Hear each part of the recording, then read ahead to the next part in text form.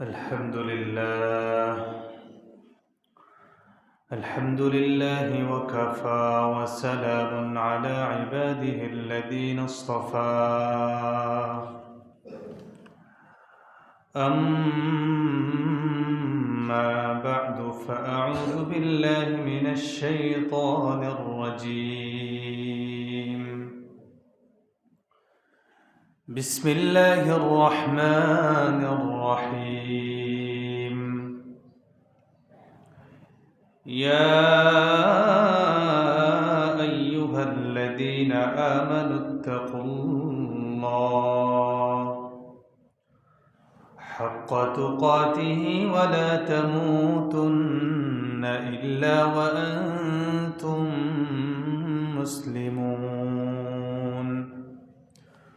وقال سيدنا رسول الله صلى الله عليه وسلم المسلم من سلم المسلمون من لسانه ويده أو كما قال النبي عليه الصلاة والسلام صدق الله مولانا العظيم وصدق رسوله النبي الكريم ونحن على ذلك من الشاهدين والشاكرين والذاكرين والحمد لله رب العالمين درود شريف پڑھیں اللهم صل على محمد وعلى آل محمد كما صليت على إبراهيم وعلى آل إبراهيم إنك حميد مجيد اللهم بارك على محمد وعلى آل محمد كما باركت على إبراهيم وعلى آل إبراهيم إنك حميد مجيد معزز محترم সম্মানিত মুসল্লিয়ানে کرام আল্লাহ পাকের দরবারে অসংখ্য অগণিত শুকরিয়া যিনি আমাদেরকে শুক্রবার দিন আগে আগে মসজিদে আসার বসার তৌফিক দিয়েছেন সকলেই বলি আলহামদুলিল্লাহ আল্লাহ পাকের অশেষ দয়া কোটি কোটি মানুষের মধ্যেই আমাদেরকে আল্লাহ তাআলা ঈমানের নিসবতে মসজিদমুখী করেছেন মুসলমানের পরিচয় লালন করার যোগ্যতা দিয়েছেন এজন্য আরেকবার বলি আলহামদুলিল্লাহ যেই সময় যে জিনিসের অভাব থাকে সেই সময় সেই জিনিসের দাম বেশি থাকে যেমন টমেটোর সিজন যখন খুব বেশি চলে তখন টমেটোর দাম কম থাকে সিজন ছাড়া টমেটোর দাম 200 টাকাও কেজি কিনতে হয় ঠিক না কাঁচামরিচ পেঁয়াজ সিজন ছাড়া এগুলোর দাম অনেক বেশি বাকি সিজনে এগুলো অনেক অল্প মূল্যেও বিক্রি হয় এই কোটি কোটি মানুষের মধ্যে অনেক বেঈমান অনেক কাফের আবার যাদেরকে নামকে ওয়াস্তে মুসলমান বলা যায় আমাদের দেশকেই 90% মুসলমানের দেশ বলে 90% মুসলমানের দেশ তো নামকে ওয়াস্তে মুসলমান আমরা সবাই কিন্তু ভিতরে মুসলমানই নাই আমরা মনে করেছি হয়তো সুন্নতে খতনা হলে মনে হয় মুসলমান হয়ে গেছে সুন্নতে খতনা দাড়ি রাখা যেমন এক সুন্নত এই সুন্নতে খতনা করানো এমনই একটা সুন্নত সুতরাং এই সুন্নতে খতনার মাধ্যমে কেউ মুসলমান হয় না আবার একটা মুসলিম পরিবারে জন্মগ্রহণ করার কারণেই সে মুসলমান হওয়ার তাও কোনো সুযোগ নাই ব্যাপার হচ্ছে মুসলমানের সিজনে নেই প্রকৃত মুসলমান এখন সিজনবিহীন চলছে এই দুনিয়ায় একটা সময় খুব বেশি সিজন ছিল আপনারা জানেন রসুল আকরাম সাল্লাল্লাহু আলাইহি সাল্লাম যে জামানায় আসছেন ওই জামানাকে জাহিলি যুগ বলা হতো, অন্ধকার যুগ বলা হতো। আচ্ছা, অন্ধকার যুগ মানে কি? সেই সময় কি সূর্য উঠতো না? না, সূর্য উঠতো, চন্দ্র উঠতো, তো সব ঠিকঠাক ছিল, কিন্তু সবই ঠিক ছিল, অভাবটা কিসে? ওই সময় মানুষের মধ্যে ধর্মীয় মূল্যবোধ ছিল না, তারা আল্লাহকে চিনত না, তারা পাপাচারে লিপ্ত ছিল, জানায় লিপ্ত ছিল, মদ্যপানে লিপ্ত ছিল, নাচ গানে লিপ্ত ছিল। অর্থাৎ মানবিক তাদের কাছে কোনো কিছুই ছিল না, ধর্মীয় কোনো জ্ঞান তাদের কাছে ছিল না। তো তারা জ্ঞান শূন্য হয়ে যাওয়ার কারণে পাপে পরিপূর্ণ হয়ে গেছে, এজন্য ওই জামানাকে জাহেলি যুগ বলা হয়েছে। আবার একটু পরের দিকে তাকান, জাহেলি যুগের পরে রসুল আকরাম সাল্লাল্লাহু আলাইহি সাল্লামের যখন জন্মগ্রহণ হলো, তিনি যখন দাওয়াতের কার্যক্রম শুরু করেছেন পৃথিবীতে, নবীর জামানাকে খায়রুল কুরুন, সবচেয়ে উৎকৃষ্ট জামানা বলা হয়। ওই জাহিলি যুগটাকেই রসুল আকরাম সাল্লাল্লাহু আলাইহি সাল্লাম স্বর্ণ যুগে রূপান্তরিত করেছেন। তার মানে পার্থক্য কোথায়? সূর্য আগে যেমন উঠেছে নবীর জামানায় তেমন উঠেছিল, সামনেও কিয়ামত পর্যন্ত সূর্য উঠবে। সূর্য আর চন্দ্রের কারণে কোনটা যুগ হিসাবে জাহেল হয় না, যুগ হিসাবে স্বর্ণ যুগও হয় না। পার্থক্য শুধু মানুষের। মানুষ যখন তার ভিতরে ইনসানিয়ত, তার ভিতরে ইবাদতের জজবা, আল্লাহ তাআলার পরিচয়, রাসূল আকরাম সাল্লাল্লাহু আলাইহি সাল্লামের আজমত, মুহাব্বত, কোরআনে কারীমের আজমত, মুহাব্বত, এগুলো যখন ভিতরে থাকবে, এই যুগও স্বর্ণ যুগে রূপান্তরিত হবে। এবার আসেন, হুজুর আমরা তো স্বর্ণ যুগে, আমি চাইলাম পরিবর্তিত হব, কিন্তু আমার পুরো সমাজ তো আর পরিবর্তিত হবে না। তাহলে আপনার জন্য মাসআলা হচ্ছে, আপনি সেই বে সিজনের কাঁচামরিচ হয়ে যান, আপনি সেই বে সিজনের টমেটো হয়ে যান, যেটা সিজন ছাড়া দাম অনেক বেশি। বুঝেননি মনে হয়? পুরো সমাজ খারাপ, আপনি ভালো হয়ে যান। খারাপের জামানাতে চলতেছেই, খারাপ তো সবাই হচ্ছে, ঘরে ঘরে নাচ গান, ঘরে ঘরে সুদ, ঘরে ঘরে জানা ব্যভিচার, আপনি ওই জায়গায় ভালো হয়ে যান। তাহলে আপনি স্রোতের বিপরীতে চলবেন, আপনি একটা গুনার সিজনে গুনামুক্ত ব্যক্তি হবেন, আপনার দাম হবে। বুঝে আসছে? রাসূল আকরাম সাল্লাল্লাহু আলাইহি সাল্লাম সহ যত আম্বিয়া কেরাম দুনিয়াতে এসেছেন, সমস্ত নবীদের এক মাকসাদ ছিল, দুটো জিনিস নিয়ে আল্লাহ তাআলা পাঠিয়েছেন। এক নাম্বার, তার কাজ ছিল পৃথিবীতে তাওহীদ বা ঈমান ওয়ালা মানুষ তৈরি করা, এক আল্লাহ বিশ্বাসী হওয়া। আমরা কালিমা পড়ি, আমানতু বিল্লাহি কামা হুয়া বিআসমাইহি ওয়া সিফাতিহি ওয়া ক্বাবিলতু জামিআ আহকামিহি।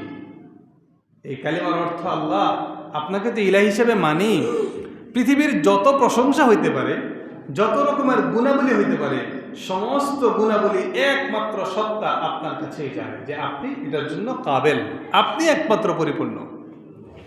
আপনি দেখেন পৃথিবীর কোনো মানুষ পরিপূর্ণ না, তার এই সমস্যা তার সব ভালো, কিন্তু তিনি স্রষ্টা না। আল্লাহ তাআলার পরে সব উৎকৃষ্ট, সবচেয়ে বেশি মর্যাদাশীল ব্যক্তি হচ্ছে আল্লাহ রাসূল সাল্লাল্লাহু আলাইহি ওয়াসাল্লাম। তিনি সব দিক থেকে 100, কিন্তু তিনি স্রষ্টা না। কথা বলে না, তিনি কি না? তিনি রাজ্জাক না, তিনি খালেক না। তাহলে রাজ্জাক, খালেক, এই সত্তা যার দিকে ঘুরানো যায়, তিনি কে? আল্লাহ। একমাত্র আল্লাহ তাআলাই আমাদেরকে সৃষ্টি করেছেন, তিনি আমাদেরকে সুস্থ করেন, তিনি আমাদেরকে অসুস্থতা দেন, তিনি আমাদেরকে পরীক্ষা নেন, হাসর নাসরে তিনি আমাদের হিসাব দিবেন, তিনি আমাদের জন্য ফয়সালা করবেন আমরা জান্নাতি হব না জাহান্নামী হব। তার মানে টোটাল যত রকমের গুণাবলী হইতে পারে সব কার দিকে ঘুরে? আল্লাহর দিকে। এটার নাম ঈমান। তো রাসূল আকরাম সাল্লাল্লাহু আলাইহি সাল্লাম এই জাহিলি যুগে সিদ্দিক আকবরকে ডেকে এনে স্বর্ণ যুগে সিদ্দিক আকবর বানায় ফেলছে। বুঝলেন? হযরত ওমর ফারুক রাদিয়াল্লাহু আনহু জাহিলি যুগের ছিল, কিন্তু জাহিলি যুগ থেকে স্বর্ণ যুগে রূপান্তরিত করে ফেলছে। হযরত ওসমান ইবনে আফফান, হযরত আলী রাদিয়াল্লাহু আনহু সহ ১৬ লক্ষ সাহাবী বিদায় হজের ভাষণে যারা ছিল, প্রত্যেকেই জাহিলি যুগের জাহালত তাদের ভিতরে ছিল। জাহিলি যুগের যে বড় বড় গুনাহ, তার মধ্যে একটা ছিল সুদ। ওই জামানায় প্রচলিত ছিল, আমাদের এই জামানায় নাই। ওই জামানায় নাচ গান, গান বাজনা এগুলোর প্রচলন ছিল, এই জমানায় তো নাই। ওই জমানায় মানুষ তার স্রষ্টাকে চিনত না, স্রষ্টাকে সেজদা করতো না। আপনি দেখেন তো আপনার এই সমাজে কত মানুষ আছে আজকে বিরিয়ানির ডাক দিলে আসবে, কিন্তু নামাজে আসে না। তাহলে নামাজির সংখ্যা অনেক অল্প।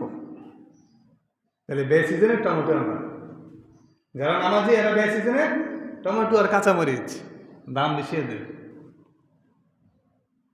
এই জন্য ভাই, তাওহীদের কাজ নিয়ে রাসূল আকরাম সাল্লাল্লাহু আলাইহি সাল্লাম সহ সমস্ত আম্বিয়া কেরাম এসেছেন।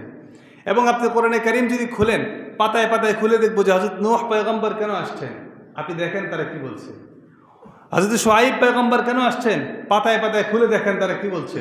প্রত্যেকের কথা একটা, ওয়া ইলা মাদিয়ানা আখাহুম শুআইবা ক্বালা ইয়া কওমি ইবুদুল্লাহ। শুআয়ব পয়গম্বর মাদিয়ান শহরে এসেছে, প্রত্যেকের কথা আল্লাহর ইবাদত করো। কথা একটাই, যত নবী আসছে সবার কথা একটা, ক্বালা ইয়া কওমি ইবুদুল্লাহ, হে কওম আল্লাহর ইবাদত করো। তার মানে আমাদের নবীও কেন এসেছেন, শুধুমাত্র এই সমস্ত উম্মতকে একদিকে ফেরানো। তিনি কে? আল্লাহ। ইবাদত করব কার? আল্লাহ। বন্দেগী করব আল্লাহ। যখন আমরা আল্লাহমুখী হয়ে যাব, আল্লাহ রাব্বুল আলামিন তখন এই বান্দার যত হাজাত আছে আল্লাহ নিজেই সেটা পুরা করে দিবেন। 1 নাম্বার। 2 নাম্বার, ইলমের প্রচার করার জন্য সমস্ত আম্বিয়া কেরাম এসেছেন। ইলমটা কি আসলে জানার পরে শ্রদ্ধা ভক্তি তৈরি হয়। কথার কথা, কোন একজন আমেরিকার প্রেসিডেন্ট, আমরা যদি আজকে তাকে না চিনি, সে আজকে এখানে আসলে সাধারণ মুসল্লি যেমন, সেও তেমনই হবে, তাই না? কিন্তু যদি তাকে আমরা জানি সে একটা এত বড় রাষ্ট্রের প্রেসিডেন্ট, তাহলে তার সম্মান আমরা করব, কারণ আমরা তার সম্পর্কে এখন জানছি। ঠিক আল্লাহ রাব্বুল আলামিন সম্পর্কে যখন কোনো বান্দা জানে, তখন আল্লাহর প্রতি তার আজমত মোহাব্বত বাড়ে। আর যদি না জানে, তাহলে মনে করে হ্যাঁ ওরা তো বলে, হুজুররা বলে মুসলমানের আল্লাহ আছে, তারা বলে আল্লাহ নামে কেউ যেন আমাদেরকে সৃষ্টি করছে, ওই এটা বেরিয়ে কিছু একটা চলতে থাকবে। ইলমের প্রচার প্রসার এজন্য জরুরি। মজার ব্যাপার, সমস্ত আম্বিয়া কেরামের ইলম, সমস্ত আম্বিয়া কেরামের জামানার যত কিতাব আছে, এগুলো পৃথিবীতে ওনাদের ইন্তেকালের পরে 500 বছরের বেশি অতিক্রম করে না। এর আগে এটা পরিবর্তিত হয়ে গেছে। তাওরাত, জাবুর, ইনজিল, তিনোটা আসমানি বড় কিতাব। এছাড়া আরও সহিফা আছে 100 খানা। সমস্ত সহিফা, সমস্ত বড় আসমানি 3টা কিতাব, সবগুলো পৃথিবীতে 500 বছরে টিকতে পারে না। তার আগে এটা পরিবর্তিত হয়ে গেছে। এই জাতি এসে পরিবর্তন করে ফেলছে। কিন্তু কোরআনে কারীম 1500 বছর হয়ে গেছে, এখনো পর্যন্ত একটা নুকতাকে পরিবর্তন করার সুযোগ করা হয়নি। মজার একটা ব্যাপার আছে, কোরআনে কারীমের 7 পারা 16 নম্বর পৃষ্ঠায় একটা আয়াত আছে, ক্বালা ইন্নী বারীউন। শব্দটা বা, আপনারা জানেন বা এর নক্তাটা হয় নিচে, বা যেটা এটা নক্তা হয় কি নিচে। একটা লাইব্রেরি আছে, লাইব্রেরির নাম হচ্ছে এমদাদিয়া পুস্তকালয়। এটা কোন লাইব্রেরি? আল ফরজ পাবলিকেশন, নতুন বেরিয়েছে আল ফয়েজ। আগে একটা কোরআন শরীফ ছিল এমদাদিয়া পুস্তকালয়। এই পুস্তকালয় লাইব্রেরিতে এই 7 পারা 16 নম্বর পৃষ্ঠা, এখানে বায়ের নিচেও নক্তা আছে, আবার উপরেও নক্তা আছে। অর্থাৎ বাড়িও পড়া যাবে, নারীও পড়া যাবে। উপরে দিলে বা, নিচে দিলে নক্তা, নিচে নক্তা হলে শব্দটা হবে বা, আর উপরে নক্তা হলে শব্দটা হবে না, নুনের উচ্চারণ। কিন্তু আজ পর্যন্ত দেখবেন না যে আমাদের কোনো হাফেজ সাহেবরা এটাকে নারী গুণ শব্দ পড়ছে, সবাই বাড়ি গুণে পড়ছে। এরা সবাই ভুল করে দিচ্ছে, যে শব্দটা ভুল হয়েছে। বুঝে আসছে না? সেই জন্য কোরআনে কারীমের একটা নোক্তার পরিবর্তন করা সম্ভব না। এটা গেল কিতাবের হাইসিয়তে। এখনো পর্যন্ত উম্মতে মুহাম্মাদের এই কিতাব 1500 বছর হয়ে গেছে, পরিবর্তন হয় নাই। আল্লাহ রাব্বুল আলামিন যে ইলমের প্রচার প্রসার শুরু করেছেন, এই ইলমের প্রচার প্রসার তা কিয়ামত চলতে থাকবে, কোনো দিন পর্যন্ত এটাকে পরিবর্তন করা সম্ভব হবে না। এটা কোরআনে কারীমের এক, আল্লাহ রাসূল সাল্লাল্লাহু আলাইহি সাল্লামের ইলমের এক মুআজিজা। 2 নাম্বার, আমাদের নবীজি সাল্লাল্লাহু আলাইহি সাল্লামের ইলমের বহরটা কতটুকু ছিল। রাসূল আকরাম সাল্লাল্লাহু আলাইহি সাল্লাম বলেন, উতিতুল ইলমাল আউয়ালিন ওয়াল আখিরিন। আমরা জানি আদম পয়গম্বর যখন দামি হয়েছে, ওনাকে যখন মানুষ হিসেবে আল্লাহ তাআলা রূপ দান করেছেন, তাকে তখন সব কিছু শিখিয়েছেন। এটা পাখি, এটা পিঁপড়া, এটা তেলাপোকা, সবার নাম জানিয়েছে। সবার নাম জানার পরে এবার এলেম দেওয়ার পরে ফেরেশতাদেরকে বলছে, এবার তোমরা আদমকে সেজদা করো, কারণ আদম এখন এলেমে তোমাদের চাইতে অনেক বেশি উপরে। আদম পয়গম্বরের এলেমের উপরস্থতার কারণেই সমস্ত ফেরেশতারা তাকে সেজদা করেছে। আর নবীজি সাল্লাল্লাহু আলাইহি সাল্লাম বলেন, উতিতুল ইলমাল আউয়ালিন ওয়াল আখিরিন, আমাকে পূর্বে এবং পরের সমস্ত ইলম দান করা হয়েছে। তার মানে আদম পয়গম্বরের যে পরিমাণ ইলম ছিল, হযরত নূহ পয়গম্বরের ইলম, হযরত ইব্রাহিম পয়গম্বরের ইলম, সমস্ত আম্বিয়া কেরামের যা ইলম, সবগুলো আমাদের রাসূল আকরাম সাল্লাল্লাহু আলাইহি সাল্লামকে দেওয়া হয়েছে। তার মানে দেখেন, তাওহীদ ইলম প্রচার আজ পর্যন্ত ১৫০০ বছরে কি পরিমাণ হাফিজ কোরআন বেরোচ্ছে, কি পরিমাণ, যার কাছে বাপ মা টাঙ্কে চাবি দেওয়ার সময় কোমরে কাইতন বাইরে দেয়, চাবিটা হারায় ফেলবে এই জন্য। কিন্তু আল্লাহ রাব্বুল আলামিন তার ইলমের খাজানা তার সিনায় দিয়ে দিচ্ছে। আপনি বুঝেন যে একজন বাবা একটা ২০ টাকা দামের তালা বা ১০০ টাকার তালার চাবি তার কাছে দিতে আস্থা পায় না, তো সে হারিয়ে ফেলতে পারে। কিন্তু তার সিনায় আল্লাহ রাব্বুল আলামিন এই ইলমে দ্বীনকে রক্ষা করতেছে।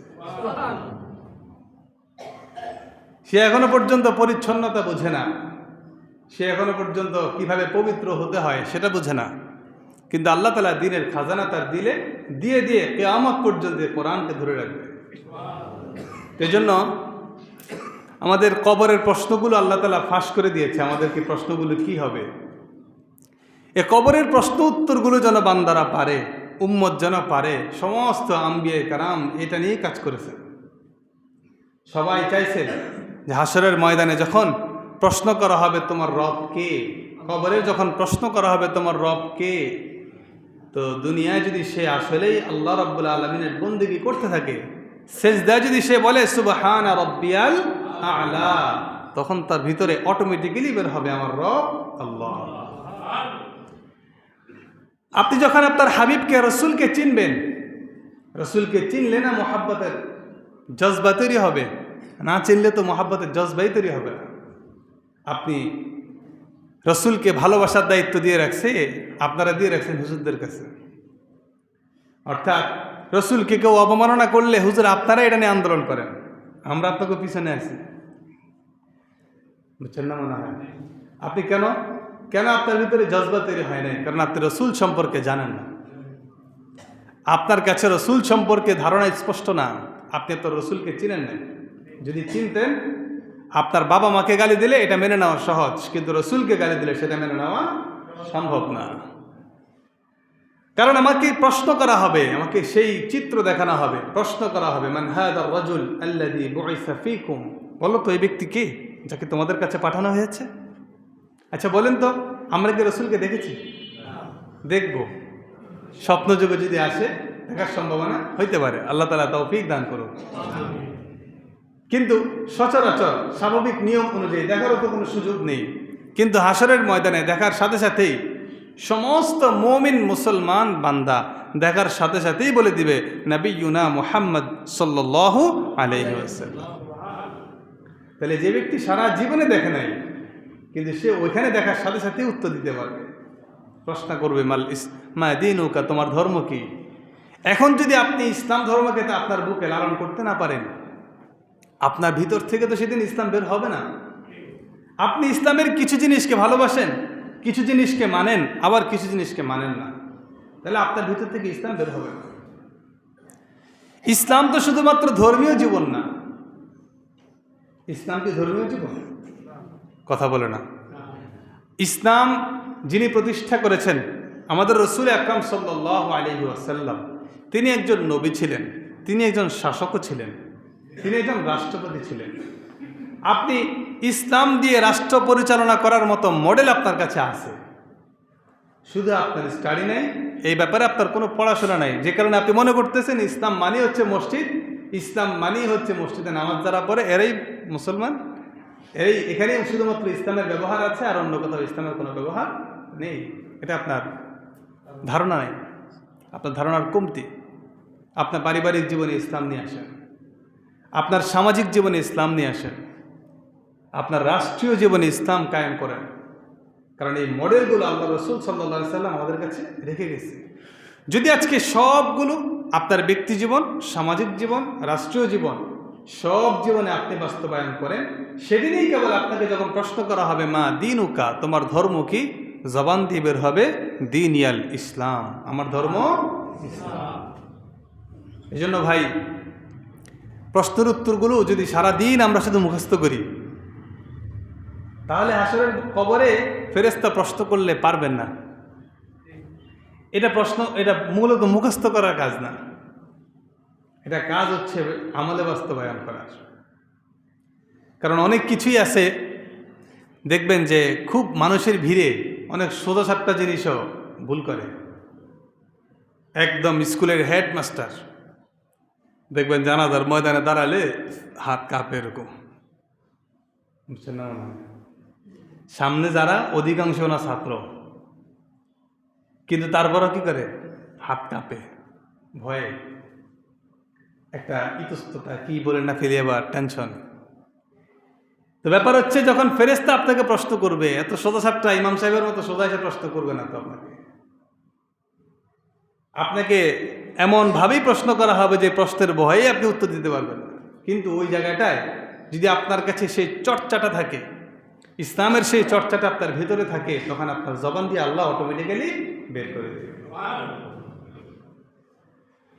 এজন্য ভাই খেয়াল রাখা চাই, কবরের ফিকির করা। সবাই কবরের ফিকির করত। উজবেকিস্তানে একটা কবর আছে, এই কবরে লাগায় রাখছে বেনামাজি এই কবরস্থানে ঢুকতে পারবে না। বুঝছেন কি লাগানো আছে বলেন? বেনামাজি কবরস্থানে ঢুকতে পারবে না। কেন? কারণ হচ্ছে ইমাম বুখারী রাহমাতুল্লাহ আলাইহি সহ ওনার প্রায় 20 জন উস্তাদ ওইখানে। এখন তো কাগজে কলমের সময় চলে আসছে, প্রিন্টিংয়ের সময়। কোরআনে কারীম এখন প্রিন্ট আকারে আমাদের কাছে আছে। তখন রাসূল আকরাম সাল্লাল্লাহু আলাইহি সাল্লামের 7 লক্ষ হাদিস মানুষ তার সিনায় ধারণ করত। ওইখানে 20 জন মুহাদ্দিস এমন আছে যাদের কাছে 7 লক্ষ হাদিসই সংরক্ষিত ছিল, যাদের এই খেদমতের কারণেই আমরা আজকে প্রিন্ট আকারে হাদিসগুলো পাই, যাদের এই খেদমতের কারণে কোরআনে কারীম প্রিন্ট আকারে আমাদের কাছে আছে। তো ওনাদের এই কবরস্থানে কেউ যদি আসতে চায়, শর্ত হচ্ছে মুহাম্মদ যার পরিচয় থাকবে, যার কাছে মুহাম্মদ পরিচয়ের অর্থ রাসূল আকরাম সাল্লাল্লাহু আলাইহি সাল্লামের সুন্নাত যার ভিতরে আছে, সেই শুধুমাত্র এই কবরস্থানের জিয়ারত করতে পারবে। শুধুমাত্র মুসলমানের ঘরে জন্ম নিলেই হবে না। আবার বলে দিচ্ছে কোনো বেনামাজির কবর এখানে যেন না হয়, কোনো বেনামাজির কবর এখানে হবে না। আচ্ছা প্রশ্ন করেন তো এবার, যদি কোনো বেনামাজির কবর হবে না আপনাদের এলাকায় আজকে ঘোষণা হয়, তাহলে বেনামাজিগুলো কোথায় যাবে? বুঝে আসছে কিনা? বেনামাজিগুলো কোথায় যাবে? মরার পরেও তো দাফনের কোনো ব্যবস্থা হবে না। এজন্য ভাই, ওনারাও ওনাদের জীবনকে সাজিয়েছে। এক বুজুর্গ খাজা কুতুবউদ্দিন কাকি রহমতুল্লাহ আলাইহি, ওনার যখন ইন্তেকাল হয়, ওনার সন্তানদেরকে বলছে যে জানাজার ময়দানে দাঁড়ায় বলবা যে এক মুসলমানের জানাজা হইতেছে আজকে। কার জানাজা? আচ্ছা, এটা কি জানাজা কাদের হয়? হিন্দুদের হয়? হ্যাঁ, জানাজাই তো মুসলমানদের হয়, কিন্তু উনি আবার কি বলতে বলছে যে জানাজা একটা মুসলমানের হবে। আচ্ছা, জানাজা কে পড়াবা? বলে জানাজা পড়াবার জন্য ওই লোককে কিছু শর্ত দিবা। 1 নম্বর শর্ত, যে ব্যক্তি বালেগ হওয়ার পর থেকে নিয়ে আমার জানাজা পর্যন্ত জীবনে কোনোদিন নামাজ কাজা করে নাই, আমার জানাজা পড়াইব। 2 নম্বর শর্ত, যে ব্যক্তি বালেগ হওয়ার পর থেকে আমার জানাজা পর্যন্ত তাহাজ্জুদ মিস করে নাই, সে আমার জানাজা পড়াবে। 3 নম্বর শর্ত, যে ব্যক্তি বালেগ হওয়ার পর থেকে আমার জানাজা পর্যন্ত আসরের সুন্নত ছাড়ে নাই। বিশাল কঠিন শর্ত না? 4 নম্বর, যে ব্যক্তি বালেগ হওয়ার পর থেকে নিয়ে আমার জানাজা পর্যন্ত 2 চোখ দিয়ে কোনো পরনারীকে দেখে নেয়। 4 শর্ত দেওয়ার পরে জানাজার ময়দানে সবার মাথা নিচু। এত শর্ত লাগানোর পরে এই মুহূর্তে তার জানাজা পড়ার মতো যোগ্যতা কার আছে? তো তৎকালীন যুগে দিল্লির বাদশাহ শামসুদ্দিন আল তামাশ রহমতুল্লাহ আলাইহি তিনি তখন মাথা উঁচু করে খাজা কুতুবউদ্দিন কাকির চেহারার দিকে তাকিয়ে বলতেছে, তুমি তো মরলা, কিন্তু আমি যে তাকবীরুল্লাহ ছাড়ি নাই, আমার এই কথাটাকে তুমি প্রকাশ করলা কেন?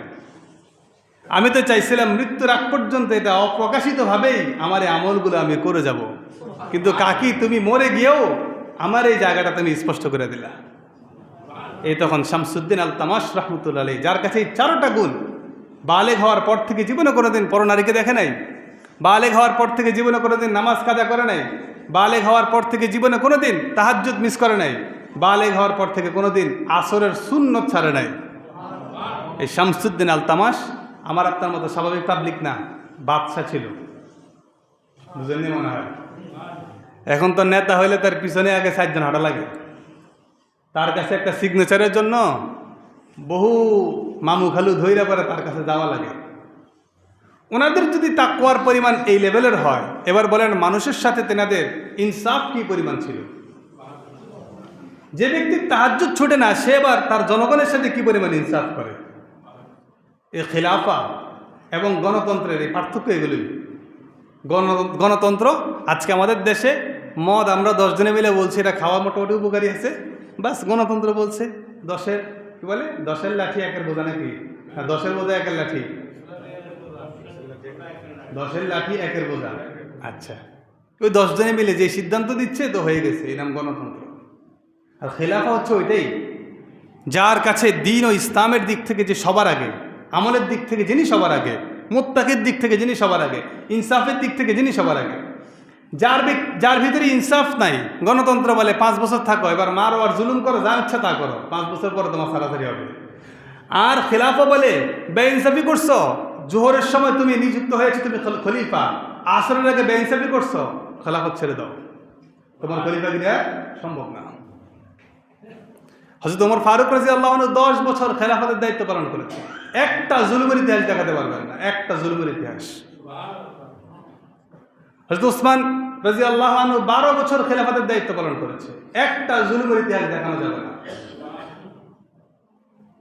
কেন? ওনারা ওই পরিমাণ মুত্তাকি ছিল। রাষ্ট্র তাদের মাধ্যমে উপকৃত হয়েছে, জনগণ তাদের মাধ্যমে উপকৃত হয়েছে। বুঝে আসছে ভাই? এজন্য কিছু পাইলেই ফালনা দেওয়া, এটাকে আগে বুঝা, দ্বীন ও ইসলামের জন্য এটা আমাদের জন্য কতটুকু উপযোগী। রাসূল আকরাম সাল্লাল্লাহু আলাইহি সাল্লামের একটা হাদিস বলে আপনাদেরকে, এটা সবসময় মনে রাখবেন, পারলে আজকে ঘরে গিয়ে লিখে রাখবেন। শুনতে রাজি আছেন আপনারা? সবাই শুনতে রাজি আছেন? আচ্ছা, পারলে ঘরে লিখে দেয়ালে লাগিয়ে রাখবেন। রাসূল আকরাম সাল্লাল্লাহু আলাইহি সাল্লাম বলেছেন, কিয়ামতের একটা পূর্ব মুহূর্তে অবস্থা এমন হবে, মসজিদে মুসল্লি 1000 থাকবে। কয় হাজার? ফালাম তাকুন মুসলিমান ওয়া মুমিনান, 1000 মুসল্লি আছে ঠিক, একজনও মুসলমানও না, মুমিনও না। ঠিক না? এটা লিখেন। 1000 মুসল্লি কি এখন মসজিদে হয়? কথা বলে না। আপনাদের মসজিদে 1000 মুসল্লি হয়? হয় না। 1000 মুসল্লিও যখন হবে, একজন কেউ আপনি মুমিন পাবেন না, একজন কেউ মুসলমান পাবেন না। এর অর্থ কি? তাহলে আমরা কি হুজুর বেঈমান হয়ে আল্লাহকে সিজদা করতে আসছি? আমরা কি ঈমান নাই আমাদের? আসলে দেখেন তো, গভীরভাবে চিন্তা করে দেখেন, আমরা ইসলামকে কি পরিপূর্ণ মানতেছি? আমরা কিছু জিনিসকে মানতেছি, যেটা আমার ফেভারে আছে মানতেছি, যেটা একটু কঠিন মনে হচ্ছে, না এই ব্যাপারটা না হইলে ভালো ছিল। অথচ ইসলাম কি বলে? সামিআনা ওয়া আতা'না, তুমি শুনছো তো সাথে সাথে মেনে নাও, এটার নাম ইসলাম। ইব্রাহিম পয়গম্বরকে যখন আগুনে ফেলবার কথা বলছে, তিনিই কথা বলছেন, ইয ক্বালা লাহু রাব্বুহু আসলিম ক্বালা আসলামতু লিরাব্বিল আলামিন। হে প্রভু, আপনি যখনই আমাকে বলবেন ইব্রাহিম তুমি ইসলাম ধর্ম গ্রহণ করো, আত্মসমর্পণ করো, আমি তখনই বলবো আসলামতু, আমি কবুল করলাম। যখন আপনি আমাকে বলছেন আগুনে যাও, সাথে সাথে আমি গ্রহণ করেছি, হ্যাঁ নমরুদের আগুনে আমি যেতে রাজি আছি। আল্লাহ বলছে, আমি একবারও প্রশ্ন করি নাই আগুনে গেলে আমি পুড়ে যাব না। আমি একবারের জন্যও বলি নাই আগুনে গেলে আমি ধ্বংস হয়ে যাব না, কারণ আমি আল্লাহ রাব্বুল আলামিন যখন বলছে যাও তা আমি গিয়েছি। আল্লাহ রাব্বুল আলামিন আগুনে ঢুকার পরে আগুনকে বলে দিছি, ইয়া নার কুনি বারদান ওয়া সালামান আলা ইব্রাহিম, আমার ইব্রাহিমের জন্য ঠান্ডা শীতল আরামদায়ক হয়ে যাও। এটা তো আমাদের বাবার ইমান। হযরত ওসমান হারুনি রহমতুল্লাহ আলাই, এই কুতুবউদ্দিন কাকি রহমতুল্লাহের পিসাব, যার ঘটনা থেকে বললাম, তিনি আরেক আল্লাহওয়ালা বুজুর্গ মানুষ, মঈনুদ্দিন চিশতি রহমতুল্লাহ কুতুবউদ্দিন কাকির পীর, এর উপরের পীরের নাম হচ্ছে হযরত ওসমান হারুনি রহমতুল্লাহ আলাই। উনি এক অগ্নি পূজকের পাশ দিয়ে যাচ্ছিলেন, যাওয়ার পরে বলছে, ভাই তোমরা কার পূজা করতেছো? বলে আগুনের পূজা করতেছি। বলে আগুন স্রষ্টা না, আগুনের ভিতরে যে পাওয়ার এটা আল্লাহ তাআলা দিয়েছেন, তার একটা স্রষ্টা আছে। আগুন যদি চায়, আল্লাহ রাব্বুল আলামিন যদি চায় তাহলে আগুন জ্বালাতে পারে না, এটার ইতিহাস আছে। আমাদের বাবা ইব্রাহিম পয়গম্বরকে আগুন জ্বালাতে পারে নাই। এবার ওসমান হারুনিকে বলছে, আচ্ছা তুমি পারলে যাও তো। বুঝছেন না, সব সময় তারা জাতি কাফেররা এরকম তারামি করছে। ওসমান হারুনি বলতেছে, তাকে বলছে তুমি একটা আঙ্গুল দিয়ে দেখো আমার স্রষ্টার কাছে, তাদের জন্য অগ্নি পূজা তো, আমার আগুন একটু দিয়ে দেখো না তোমার আঙ্গুলটা ঠিক থাকে নি। ওসমান হারুনি বলতেছে, আঙ্গুল না, পুরা দেহ দিব, কারণ পুরা দেহ দেওয়ার ইতিহাস আমাদের মুসলমানদের আছে। এবং যে রব আগুনের জ্বালানোর শক্তি দিয়েছেন, সেই রব আবার আগুনের জ্বালানোর শক্তি বরদাস্ত করতে পারে। তো বলছে ঠিক আছে যাও ভিতরে ঢুকো। বলে আমি 2 রাকাত নামাজ পড়বো। 2 রাকাত নামাজ পড়ছে। ওসমান হারুনি আল্লাহর কাছে দোয়া করছে, আল্লাহ আপনি তো ইব্রাহিম পয়গম্বরের জন্য আগুনকে আপনি ঠান্ডা করেছেন, আজকে আমি ওসমানের জন্য আপনি ঠান্ডা করে দিয়ে। এবার দোয়া করে তাদের পুরো আগুনের ভিতর দিয়ে হেঁটে এই পাশ থেকে বসে গেছে, একটা পশমও পরা যায় না। পাওয়ার কার কাছে? আগুনের শক্তি দেয় কে? আগুন জ্বালাতে পারে না যদি শক্তি আল্লাহ তাআলা না দেয়। এটা মুমিনের ইয়াকিন, এটা আপনার ভিতরে ইয়াকিন থাকা চাই। আপনি যদি মনে করেন যে না আগুনের কাজে তো পড়ে ফেলা, তাহলে এটা কাফের মতো আপনি ঈমান আনলেন। আপনি আপনার বাবা ইব্রাহিম পয়গম্বর মতো ঈমান আনতে হবে। আগুনে যদি পুড়ে যায়, আর এই আগুনের পুড়ে যাওয়াটাই যদি আল্লাহ তাআলা পছন্দ করে, তাহলে আল্লাহর কাছে এভাবে যাওয়াটাই আমার জন্য সুন্দর ছিল। বুঝে আসছে? আমি প্রায় সময় বলি না, ফিলিস্তিনের শিশুরা মারা যাচ্ছে, আমার আপনার কাছে মনে হচ্ছে আহা আল্লাহ দেখতেছে না বুঝি, এরা এত মারা যাচ্ছে, কেন নুসরত করতেছে না, কেন সাহায্য আসতেছে না? কিন্তু আপনি একটু গভীরভাবে চিন্তা করে দেখেন, এদের আল্লাহর কাছে যাওয়াটা কত সুন্দর।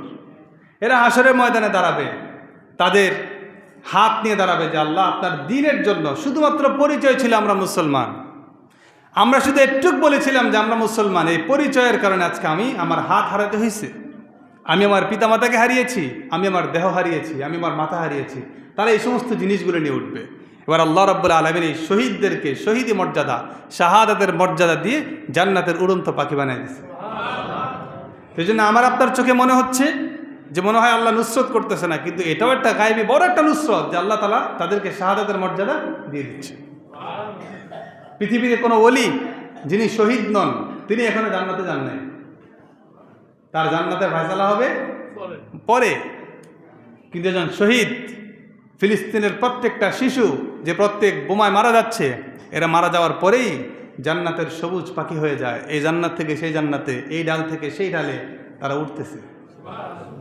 আল্লাহ তাআলা তাকে দুনিয়ার হয়তো ক্যান্সার দিয়ে তাকে মারা নেই, কত মানুষ তো বেডে পড়ে আছে, কত মানুষ হসপিটালে পড়ে আছে, আল্লাহ তাকে ক্যান্সার দিয়ে না মেরে শাহাদাতের মর্যাদা দিয়ে আমার আপনার চেয়ে আরো হাজারো কোটি গুণ দামি হিসেবে আল্লাহর দরবারে তারা গিয়েছে। এজন্য তাদের জন্য আমাদের দোয়া করা এবং নিজে নিজে শাহাদাতের মৃত্যুকে তামান্না করা যে আল্লাহ যেন আমাদেরকেও শাহাদাতের মৃত্যু দান করেন। ভাই মরতে তো হবেই, মরতে তো হবেই।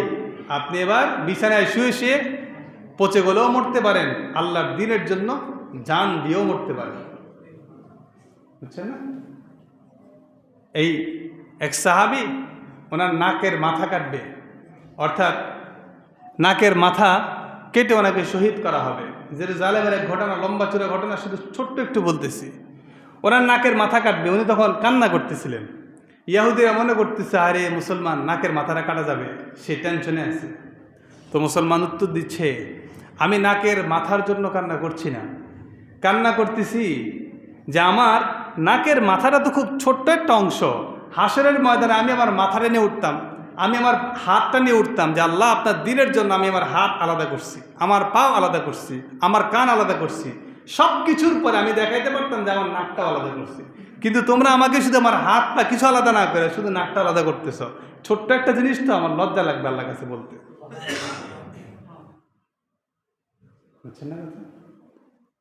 এই জন্য ভাই, ইসলামের বুঝ, তাওহীদের বুঝ, ঈমান, ইয়াকিন, এটা দিলে পয়দা করে।